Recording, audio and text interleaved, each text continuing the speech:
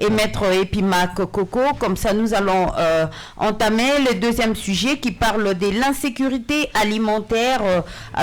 Mais avant ça, nous allons d'abord lire les messages des auditeurs 09 92 93 82 16 084 30 35 225 09 92 93 82 16 084 30 35 225. Il y a un message qui dit: bonjour ma radio, madame, le mal est profond. Malheureusement, le trou de ce mal continue d'être agrandi et approfondi. Aucun discours de toute nature nous fera la paix, mettra fin à la famine. La politique d'hier et d'aujourd'hui est une garantie du mal et une bénédiction des étrangers. La vérité est ennemie du menteur. Les malfaiteurs sont bien connus par et en RDC, mais sont exemptés de la justice. Emmanuel depuis Moudaka. Alors merci à ceux qui nous suivent à partir de Moudaka. Bonjour madame, j'encourage le débat et qu'on insiste sur la réparation de façon holistique et que le tribunal soit vite installé avant que ces bourreaux ne meurent. Hilaire Issombia depuis Mwenga. Merci beaucoup à ceux qui nous suivent à partir de Mwenga. Jambo mtangazaji kama bale bawanji abakamatike mwai 2025 manake akutakuwa kitu juu atutaki tena maneno tunangoya matendo. Ni papa magique de gigabyte par brasserie. Merci à ceux qui nous suivent depuis Brasserie. Bonjour, je sais que le rapport mapping c'est un système occidental. On sait que la politique africaine c'est par la direction occidentale. En fait, voilà. Merci de signer aussi vos messages. Jean-Marie Chifoka qui dit que mchana njema na kazi njema ndugu zangu watumishi wote wa Radio Sven ni viongozi wa shirika za raia, watetezi wa haki za binadamu, wapasha habari wote. Jean-Marie Chifoka. Merci beaucoup. Nous allons comme ça entamer le deuxième sujet qui dit que la République démocratique du Congo reste l'un des pays les plus touchés par l'insécurité alimentaire, avec un chiffre allant jusqu'à 25,6 millions de personnes confrontées à des niveaux élevés de ce problème. C'est ce que révèlent les résultats de l'analyse des sécurités alimentaires aiguës publiée par le cluster sécurité alimentaire en collaboration avec le ministère de l'Agriculture de la République démocratique du Congo. Ces résultats couvrent la période allant de juillet 2024 au juin 2025. Selon ces nouvelles données, la RDC a enregistré une légère augmentation par rapport à l'année passée, représentant environ un quart de la population du pays. Toujours selon ce rapport, actuellement 3,1 millions de Congolais sont classés comme étant en situation d'urgence en matière de sécurité alimentaire. Une catégorie de personnes qui a besoin urgent d'assistance alimentaire pour éviter que la situation ne se détériore davantage.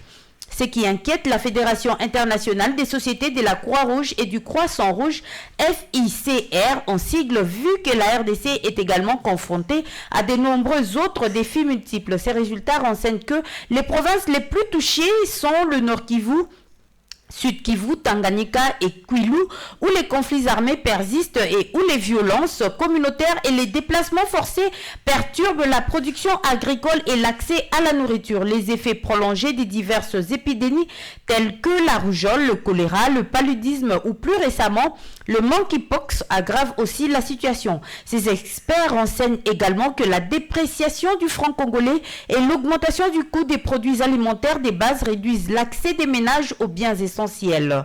Alors, professeur Rodrigue, vous êtes ainsi dans ces studios. Bonjour et bienvenue à ces studios. Bonjour madame et merci beaucoup pour l'invitation. Alors, c'est le prof Rodrigue Ayagirois. Ayagirois. Merci beaucoup, excusez-nous d'avoir massacré votre nom. L'insécurité alimentaire et la province du Sud Kivu est parmi les 4 provinces les plus touchées. On dit qu'en République démocratique du Congo, un quart de la population souffre de l'insécurité alimentaire aiguë. Prof, comment cela s'explique? Merci beaucoup pour la question.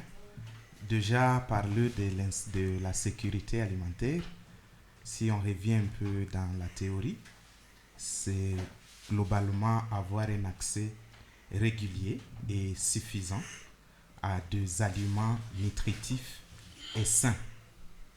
Et dans le contexte, comme vous en avez parlé, le contexte congolais, le contexte du site Kivu, cela est loin d'être le cas parce que en matière d'accès, de disponibilité, d'abord ça pose des soucis parce que dans une province où jadis considérée comme grenier de production agricole, on assiste actuellement à un abandon du secteur de l'agriculture et tout cela parce que la politique aussi influence et ne soutient pas les petits producteurs.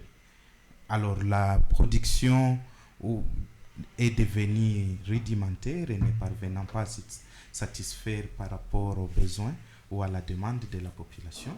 Et nous nous tournons vers donc les importations et ça a un prix à faire du point de vue de l'accessibilité, ce qui est importé. Est-ce que c'est devenu accessible par la population? Tout à l'heure, vous avez parlé d'un problème de perte de la valeur de francs congolais et vous comprenez que le pouvoir d'achat de la population en dépend et ce qui fait que ça ne fait qu'augmenter le problème d'insécurité alimentaire. Avec le guerre et qui cible les zones de production, nos différentes populations ne savent plus vaquer à des activités de production agricole. Et là où c'est encore le cas, comme ce que vous avez suivi dans la province du Nord Kivu actuellement, où les cultures de rente comme le cacao, eh bien, les seigneurs de guerre... Donc, un instant, prof, nous allons prendre cet appel. Allô? Okay. Oui, allô, bonjour. Merci beaucoup, Romain. Nous sommes en train de parler de l'insécurité alimentaire.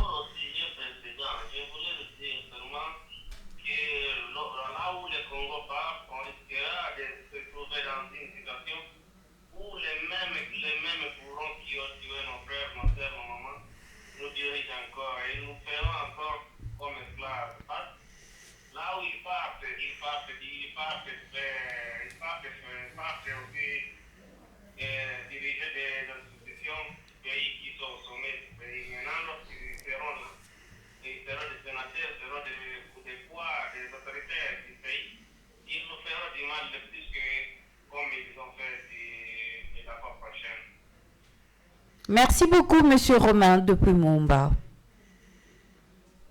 Merci. Retour sur ce plateau. Prof, vous étiez en train de parler de l'insécurité alimentaire.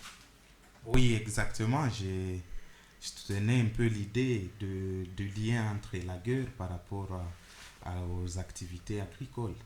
Parce que les bourreaux, à un moment donné, ils attendent même que la pauvre population puisse arriver au stade de la récolte après avoir tout investi dans les activités, les opérations agricoles.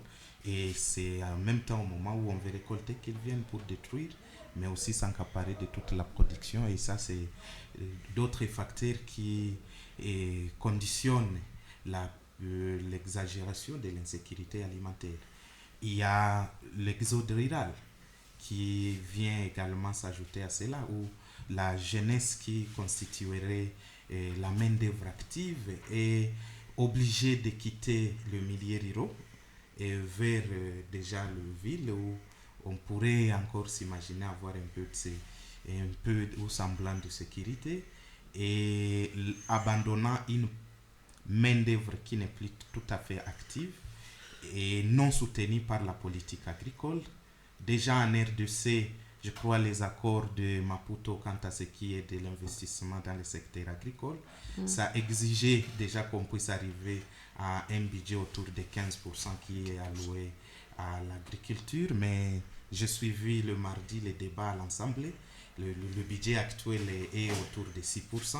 Et quand on parle de 6%, l'essentiel de ces budgets, c'est beaucoup plus pour le fonctionnement des institutions et rien réellement n'est investi. Et dans un pays où il n'y a pas de recherche soutenue dans le secteur agricole, donc c'est autant un cercle vicieux et qui ne permet pas que nous puissions parler de sécurité alimentaire. Alors, quelles sont les conséquences de l'insécurité alimentaire au Sud Kivu, par exemple?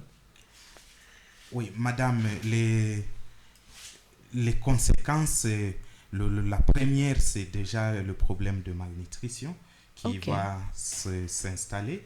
Et la malnutrition, je sais que certains vont penser que c'est seulement le marasme et les kwashiorkor qui sont vécus, mais il y a beaucoup d'indicateurs ou d'indices en termes de malnutrition cachée et qui a un sérieux élément sur le développement. Et quels sont ces indices?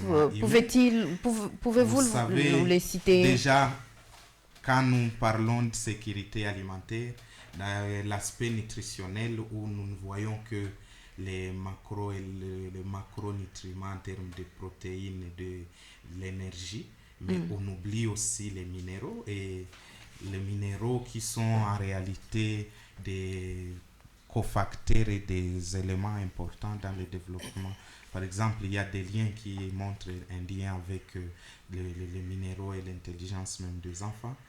Il y a une étude qu'on a conduite, je crois, sur les effets de la sécurité, l'impact de la sécurité alimentaire par rapport aux connaissances cognitives et à l'intelligence des enfants, et où un lien est très clair. Plus on est en insécurité alimentaire, le développement cérébral est affecté, les performances des enfants au niveau de l'école sont également affectées. Donc il y a des choses que nous ne voyons pas maintenant, mais qui ont un impact et qui constituent comme un feu qui nous tire à petit feu. À part la malnutrition, donc il y a tout ce qu'on a comme les indices de développement humain qui sont affectés. Et c'est vrai que tout ça s'est interpénétré avec la pauvreté que nous avons, les changements climatiques qui sont autant de facteurs qui viennent renforcer ces conséquences par rapport au développement. Est-ce qu'il y a-t-il des statistiques? Pouvons-nous savoir combien de personnes sont touchées par l'insécurité alimentaire au Sud Kivu? Est-ce que des études se font?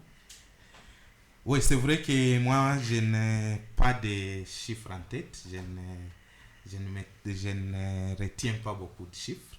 Mais en termes de population atteinte, nous sommes dans des millions de personnes atteintes de la malnutrition dans la province. Des enquêtes sont menées régulièrement. Je crois que même récemment, il y a des enquêtes, je crois, de la FAO qui étaient en cours en termes d'évaluation de l'indice de sécurité alimentaire. Okay. C'est régulièrement réalisé, mais malheureusement, et c'est là le dommage pour le peuple congolais, parce que toutes ces études sont faites par plutôt des agences internationales, et les résultats sont dans des tiroirs, dans des rapports que le pays ne considère pas pour pouvoir mettre en place une politique qui permettrait de résoudre cela. Vous savez, actuellement, le secteur agricole, même le secteur de la santé, c'est basé sur les aides des partenaires extérieurs. Et il n'y a aucun pays qui s'est développé avec l'approche ONG. Vous ne pouvez pas avoir une politique de développement agricole, mais qui est basée sur l'approche ONG. Ici, dans la province, c'est chaque partenaire qui fait ce qu'il veut en fonction des orientations de son projet d'intervention. Et donc, il y a cette absence-là de coordination pour orienter la politique qui pourrait aider réellement à amener le pays vers la sécurité alimentaire ou vers la sécurité et l'autosuffisance alimentaire. Merci beaucoup, prof. Nous reviendrons vers vous. Nous allons prendre